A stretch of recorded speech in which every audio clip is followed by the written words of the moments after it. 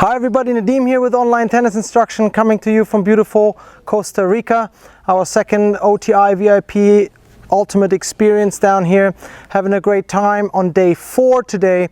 And I did a nice little exercise that came to me throughout the work on our forehands today. And I wanted to stress the difference between the finish of a stroke and the release of the swing. And I have found that quite a few players seem to be not quite sure about what the difference is, if there is any difference at all. So the way I demonstrated it to the students, I got very nice responses on them understanding the difference and being able to implement what I mean by that. And I will show you in slow motion a little bit what I'm talking about, but I want to demonstrate here with you what it is that I'm referring to. Well, so we worked on the forehand, and you know, there's so many different finishes nowadays that you see on TV. And it is very important to understand when the finish happens, when the finish happens and when the release after the finish occurs, and how these two differ. So last year I did a video where I talked about these 3 steps from slot position to contact and then get to point 3. Then afterwards it doesn't really matter so much what you do. That's exactly what I'm referencing here, is whenever you swing to contact, you get into your slot position, you get to contact, and then here's where the discrepancy occurs. Players are not 100% sure of what to do next, whether it's coaching that they've received or they think they see this on TV and they need to copy that right away. A lot of players get to contact, and then from contact there is no more elevating and it's straight across the body because they want to get the same finish that the pros have. Okay, I understand why that it's happening, but what I want every player who is cleaning up their forehands and has issues with their forehands to understand is that when you get to point 2, you still need to elevate first before you finish. Okay, and that is the difference between, before you release. You get to your finish first and then you release the swing. If your finish is an active part of going across your body, so if you're thinking of, I gotta finish here, there is no more release because you have actively swung across your body. All right, there are some instances when you're out on the court really short in and you have a lot of angle to hit, it changes slightly, but you're still lifting first, and that is the key.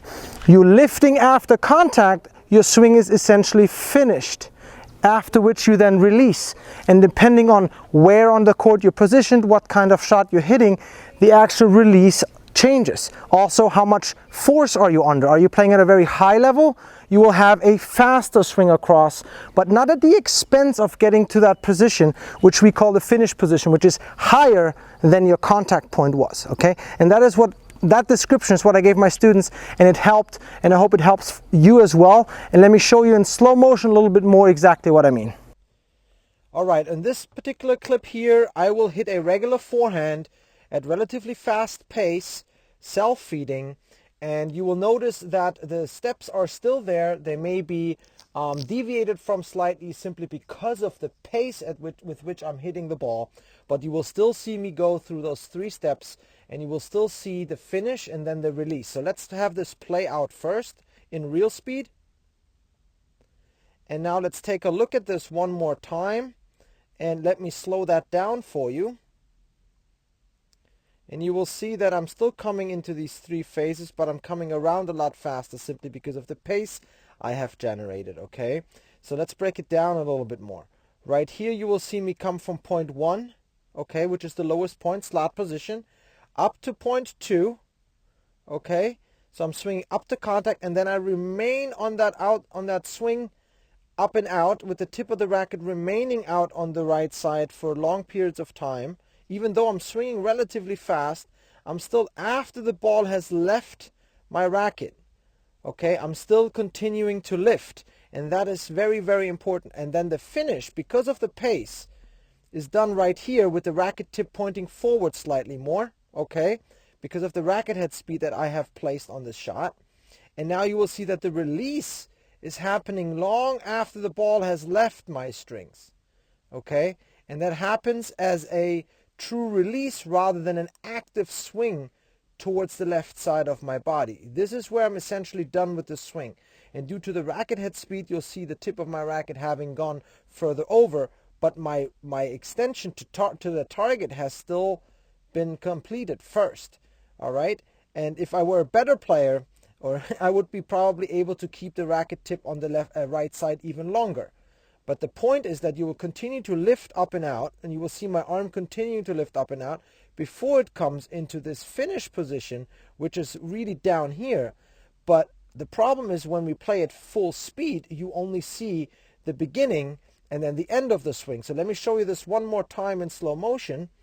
You will see this part right here and then the finish position right here. Okay? And that is why some players and coaches get confused. It happens so fast we don't really know what happens in between. Let me take the slow motion out and show you one more time. You see, it's very, very difficult to see what I described in super slow motion right here, what actually happens before, during, and after contact, before the release that we see on TV occurs.